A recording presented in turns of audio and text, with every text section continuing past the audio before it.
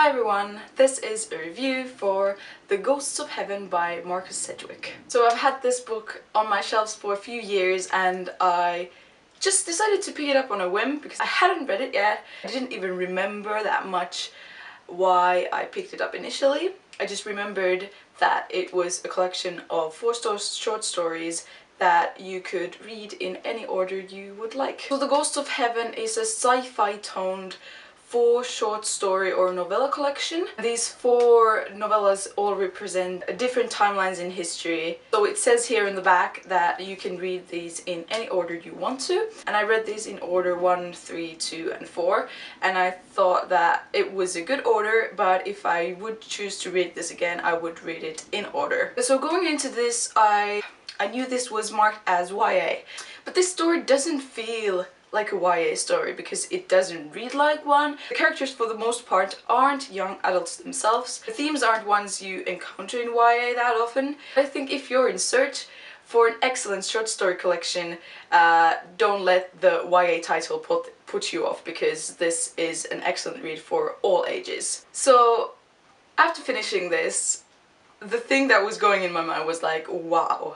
Like, I hadn't read anything this mind-blowing and boggling in a long time. After finishing it, I had to go back through the stories and try to figure out these underlying themes. And to be honest, it took me a while to actually get what this book is about.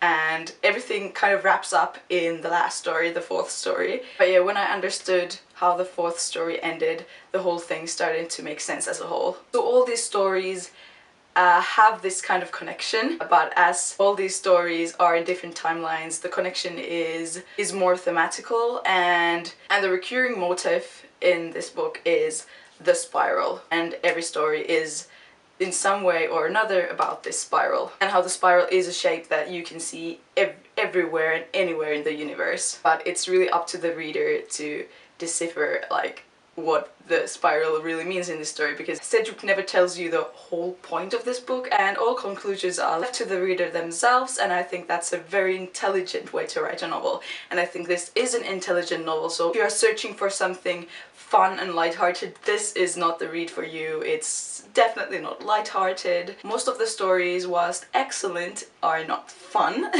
And the conclusion definitely needs some thinking, so you can't like just breeze through it. You have to really think about this book. So if you're searching for a really smart read, I would really recommend this book for that. So I'll go briefly through all the four different stories. The first story is about this girl who lives in a Neolithic era and wants to learn about this kind of magic in making the handprints on the cave walls and the markings and what they actually mean. It's written in free verse, so it kind of feels very experimental.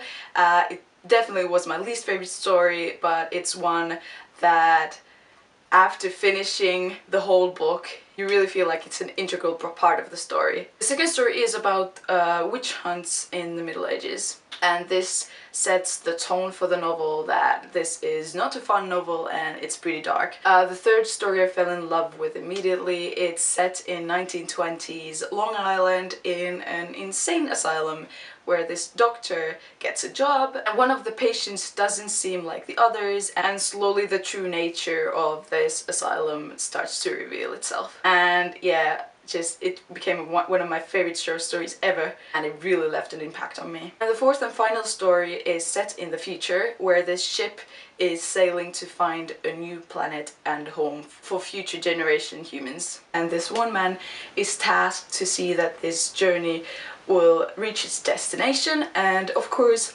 not everything goes as planned, and it feels like nothing is as it seems.